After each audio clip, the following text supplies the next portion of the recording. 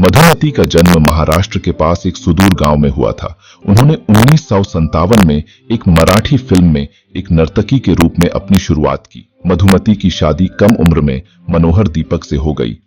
उन्होंने 1960 के दशक में पंजाबी, मराठी, हिंदी, भोजपुरी और दक्षिण भारतीय फिल्मों में नृत्य करके खुद को व्यस्त रखा।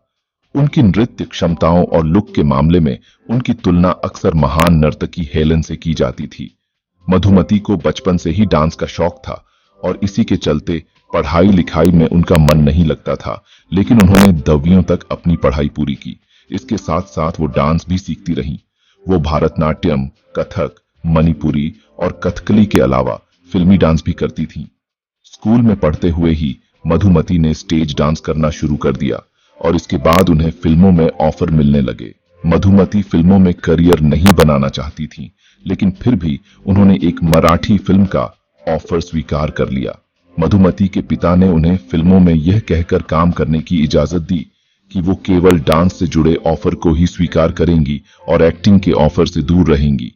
इसके बाद उन्होंने कई बड़ी अब सुपरहिट फिल्मों में काम किया। एक्टर सुनील दत्त और उनकी पत्नी नरगिस एक्ट्रेस मधुमती के बहुत करीबी थे और उन्हें पसंद करते थे। इसी वजह से मधुमती सुनील दत्त को राखी बांधती थीं। एक्टिंग के अलावा मधुमती स्कूल में डांस भी सिखाती थीं और बाद में उन्होंने महिलाओं के साथ एक डांस ग्रुप बनाया।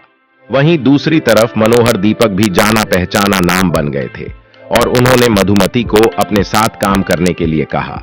शुरुआत में तो उन्होंने इसके लिए मना कर दिया, लेकिन बाद में दोनों साथ काम करने लगे।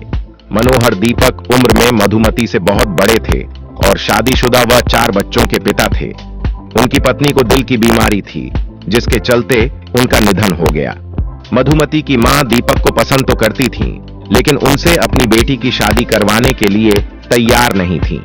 लेकिन फिर भी मधुमती ने दीपक मनोहर से 19 साल की उम्र में शादी कर ली। मधुमती की तुलना एक्ट्रेस हेलन से होती थी।